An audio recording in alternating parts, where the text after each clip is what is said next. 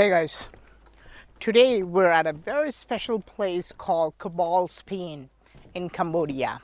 As you can tell, this is a very remote place, but there are some very interesting Hindu artifacts found underwater. We're in the deepest part of the jungles of Cambodia, but there are remnants which are more than 900 years old in this area, and they're found underwater. So we're going to try and find them today. So let's go.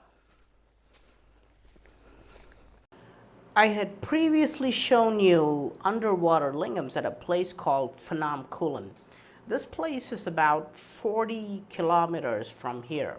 I'm trying to decode the meaning of these underwater lingams and why ancient builders made carvings on the riverbeds in these remote mountains. I find it very intriguing that there are two sites which have ancient underwater carvings side by side. What could be the meaning of this? I have been walking for a good 45 minutes now. I've been walking uphill, and you can see how dark this entire area is. Well, it's 2 o'clock in the afternoon. There's bright sunlight, but with all these trees, you can see that even the sunlight cannot pass through because we are in the middle of a jungle. And we still have to walk more than an hour to reach these ancient Hindu sites. So I'm going to keep walking. So we have reached the top of this Kbal Spean mountain. We're going to find some very interesting stone carvings here. Now, what does Kbal Spean mean? The word actually comes from Kabbalah, meaning skull in Sanskrit, and Spean means bridge in Cambodian. But I'll show you the Kbal Spean later. Let's look at the carvings now. And here you can see something fantastic. Look at this. This is beautiful because this is not fully underwater. There's this huge lingam in the middle, and then look around it. Hundreds of lingams around this. Many of them are outside water. Look at these circular lingams coming out, and some of them are inside water. And you can see this huge pattern carved in the stream. Something is strange about that central lingam because it's not one lingam, apparently it's 5, right? There are 5 small lingams set up in the middle, and around it there's like a rectangular groove coming out, and there are 4, maybe not 4, I think there should be 6, 3, 6, 8 lingams, and there are 8 smaller lingams outside. Do you see them? It's amazing to see. We're gonna have to decode this. Why did ancient builders create these amazing carvings underwater 1,000 years ago? People will say this is simply for religious purposes, but there must be a scientific reason behind this, and we need to find out why they did it. Let's go further.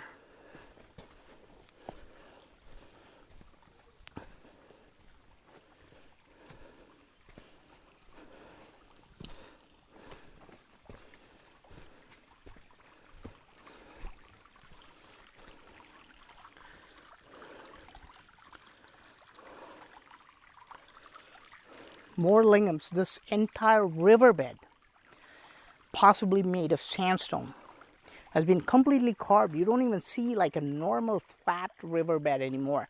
Everything you see is full of these protruding cylinders. At the top of the mountain, underwater, thousands of lingams. Look, you don't even see a flat surface. This is all lingams. There are two types of explorations which can yield great results. The first one is exploring underwater. Underwater footage can be very exciting to watch. I showed you lots of underwater footage in Phnom Kulen mountain. The second one is exploring into the woods. This is a cave. This is a man-made cave. Look at that perfect cuts, possible sign of painting. And this would have been a perfect location for people to stay.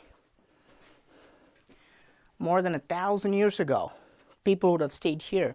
You can still see the base of a lingam. And you see, even though Cambodia is about 85% Buddhist now and not Hindu, people still pray here. You can see these incense sticks and the base of the lingam. Must be a sacred place.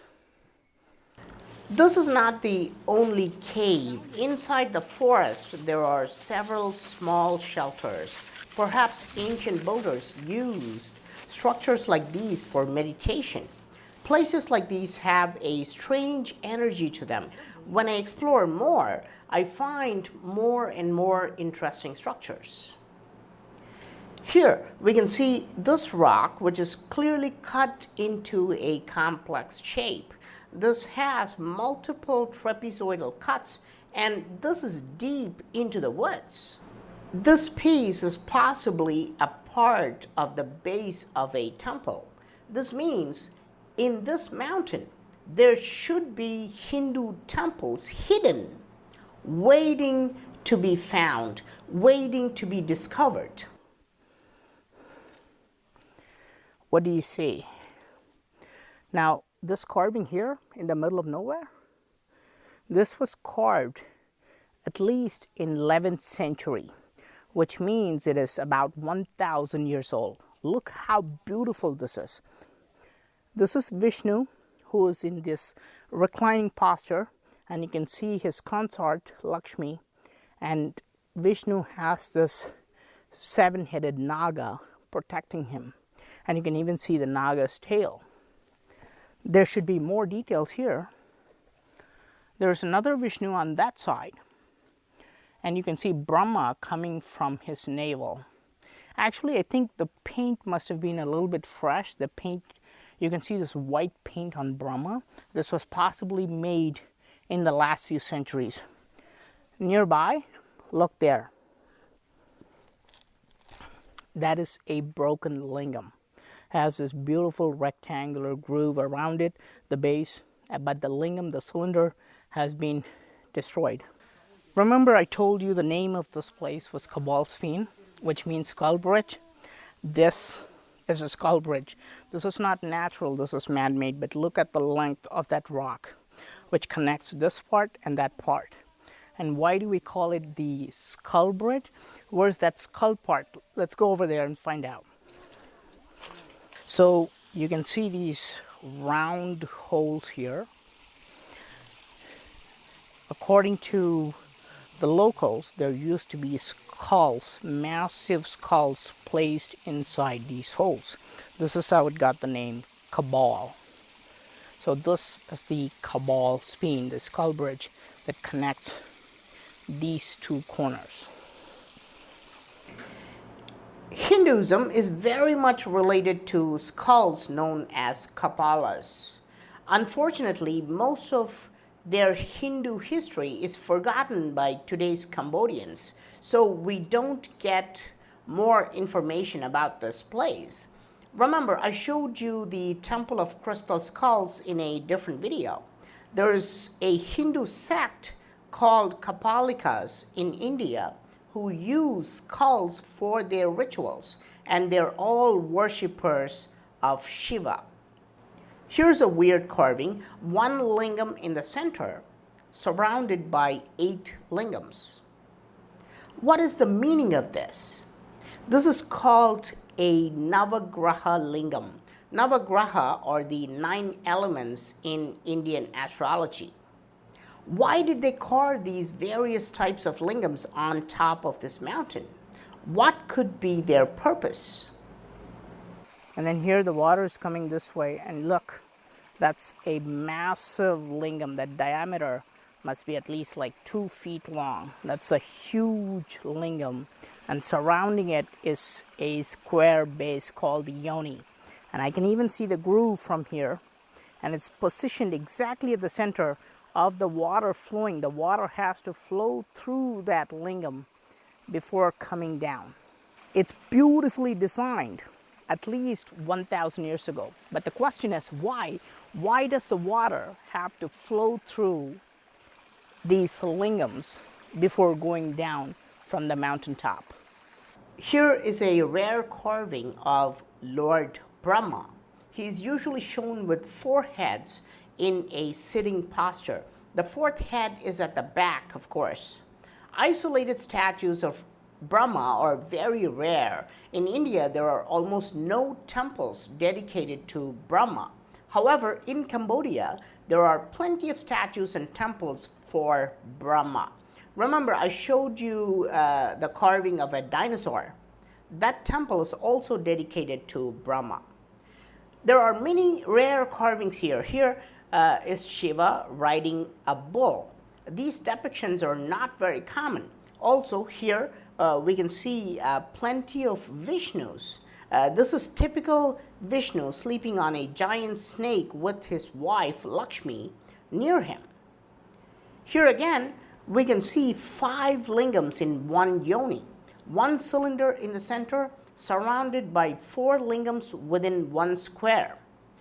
It may look like a weird cymatics pattern to you, but in Hinduism, this is sometimes referred to as Panchabhuta Lingam.